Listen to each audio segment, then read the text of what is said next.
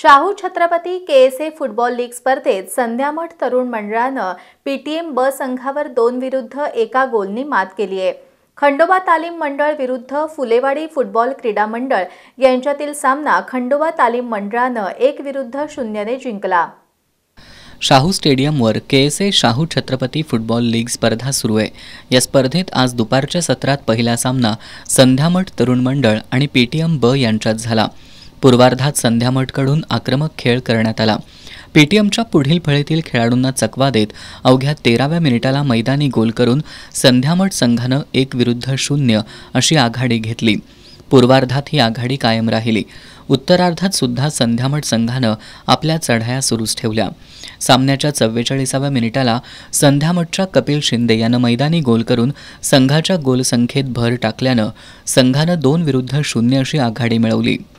उत्तरार्धात गोल नोंदवण्यासाठी पीटीएमच्या खेळाडूंची दमछाक झाली। अखेरीस जादा वेळेत 85व्या मिनिटाला साहिल अख्तर यानं संघाला 1 गोल मिळवून दिला। संध्यामठ संघानं हा सामना 2-1 अशा गोलफरकानं जिंकला। या सामन्यात शहाजी शिंदे, अभिजित गायकवाड, योगेश हिरेमठ, ऋषिकेश दाभोळे यांनी पंच म्हणून काम पाहिलं। आज दुसरा सामना खंडोबा तालीम मंडळ अ विरुद्ध फुलेवाडी फुटबॉल क्रीडा मंडळ यांच्यात झाला।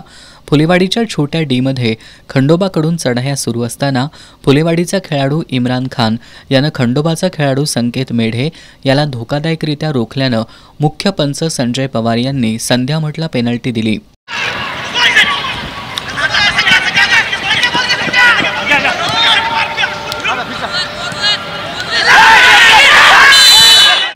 सामन्याच्या 34व्या मिनिटाला सोनू हलदर यानं मारलेला पेनल्टी फटका फुलेवाडीचा गोलरक्षक रणवीर खालकर हा रोखण्यात अपयशी ठरला।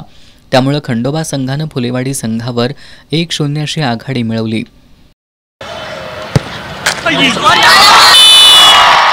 पूर्वार्धात खंडोबाची आघाडी कायम राहिली। उत्तरार्धात फुलेवाडीच्या सिद्धार्थ पाटीलच्या पासवर आदित्य लायकर यानं गोलची सोपी संधी गमावली, तर रोहित जाधवचा जोरदार फटका खंडोबाचा गोलरक्षक आर्नेंदू दत्ता यानं बाहेर काढला। खंडोबाचा संकेत मेढे, प्रभू पोवार, केवल कांबळे, संकेत जरग यांनी चांगल्या खेळाचं प्रदर्शन केलं। संपूर्ण वेळेत फुलेवाडी फुटबॉल क्रीडा मंडळाला गोल नोंदवता आला नाही। त्यामुळे खंडोबा तालीम मंडळानं हा सामना 1-0 अशा गोल फरकानं जिंकला। या सामन्यात खेळाडूंना मिळालेल्या अनेक संधी गमावल्यानं पराभवाला सामोरं जावं लागल्याचं फुलेवाडी संघाचे प्रशिक्षक अतुल राबाडे यांनी सांगितलं। सोप्या 1-2-3 संधी दडवल्यामुळं संघ 1-0 डाऊन राहिला। पहिला पेनल्टी मिळाली खंडोबा तालीमला आणि जरासे आम्ही 1-2-3 नवीन प्लेयर खेळलेले आणि जरा एक ट्राय म्हणून आम्ही नवीन प्लेयर्सना खेळायला संधी दिली, परंतु अनुभव कमी असल्यामुळे जरासं संघ आम्हाला कमी पडला आणि 1-2 चुकीचे चेंज झाले आमचे।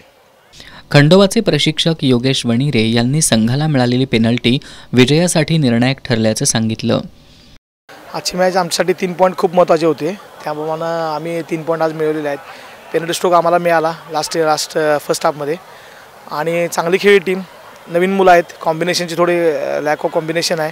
अटॅकमध्ये चांगले खेळले पण फिनिश झालं नाही, 1-2-3 बॉल फिनिश झालं नाही का पोझिशनिंगमध्ये जरा गडबड होती, पण नवीन मुलं असल्यामुळे त्यांना सांगून हळून खेळून तयार होतील आणि चांगला बेटर परफॉर्मन्स एक टीम बिल्ड होत जाईल आणि चांगली टीम खेळली या सीझनला आमची। या सामन्यासाठी पंच म्हणून संजय पवार, अजिंक्य गुजर, सुमित जाधव, राहुल तिवले यांनी काम पाहिलं।